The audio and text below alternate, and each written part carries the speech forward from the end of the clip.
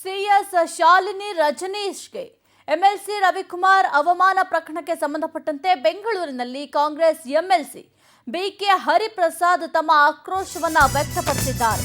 CS Shalini ರಜನೀಶ್ಗೆ MLC Ravikumar ಅವಮಾನ ಪ್ರಕರಣಕ್ಕೆ ಸಂಬಂಧಪಟ್ಟಂತೆ ಬೆಂಗಳೂರಿನಲ್ಲಿ ಕಾಂಗ್ರೆಸ್ ಎಂಎಲ್ಸಿ ಬಿಕೆ ಹರಿಪ್ರಸಾದ್ ತಮ್ಮ ಆಕ್ರೋಶವನ್ನ ವ್ಯಕ್ತಪಡಿಸಿದ್ದಾರೆ.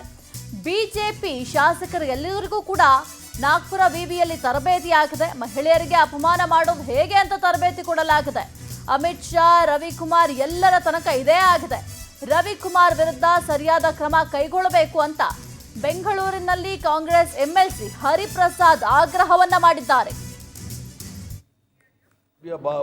ನಾಗ್ಪುರ್ ಯೂನಿವರ್ಸಿಟಿನಲ್ಲಿ ತರಬೇತಿ ಕೊಡ್ತಕ್ಕಂಥದ್ದು, ಮಹಿಳೆಯರಿಗೆ ಅಪಮಾನ ಮಾಡ್ತಕ್ಕಂಥದ್ದು, ಅಸಭ್ಯ ಭಾಷೆಗಳನ್ನು ಉಪಯೋಗಿಸ್ತಕ್ಕಂಥದ್ದು, ಅನಾಗರಿಕತೆಯಿಂದ ನಡ್ಕೊಳ್ತಕ್ಕಂಥದ್ದು ಇದೇನು ಹೊಸದೇನಲ್ಲ.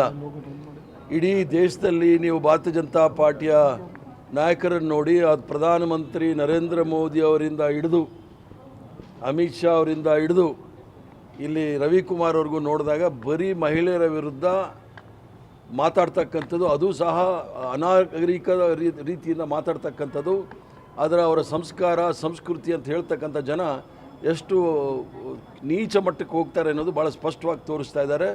ನಾವಾದರೂ ಸಹ ವಿಧಾನ ಪರಿಷತ್ತಿನ ಚೇರ್ಮನ್ರಾಗಿರ್ತಕ್ಕಂಥ ಸನ್ಮಾನ್ಯ ಬಸವರಾಜ್ ಪಾಟೀಲ್ ಹೊರಟ್ಟಿಯವರಲ್ಲಿ ನಾವು ವಿನಂತಿ ಮಾಡಿದಿಷ್ಟೇ, ಇದು ಪ್ರಶ್ನೆ ಭಾರತೀಯ ಜನತಾ ಪಾರ್ಟಿ ಕಾಂಗ್ರೆಸ್ ಪಕ್ಷದ ಪ್ರಶ್ನೆ ಅಲ್ಲ. ಇದು ಚಿಂತಕರ ಚಾವಡಿ ಅಂತ ಹೇಳಿಸ್ಕೊಂಡಿರ್ತಕ್ಕಂಥ ಒಬ್ಬರು ಸದಸ್ಯರು, ಒಂದು ಚೀಫ್ ಸೆಕ್ರೆಟರಿ, ಕರ್ನಾಟಕ ರಾಜ್ಯದ ಕಾರ್ಯಾಂಗದ ಮುಖ್ಯಸ್ಥರು, ಅವರ ಮೇಲೆ ಈ ರೀತಿಯ ಪದ ಬಳಕೆ ಮಾಡ್ತಕ್ಕಂಥದ್ದು ಇದು ಕರ್ನಾಟಕದ ಸಂಸ್ಕೃತಿಯಲ್ಲ.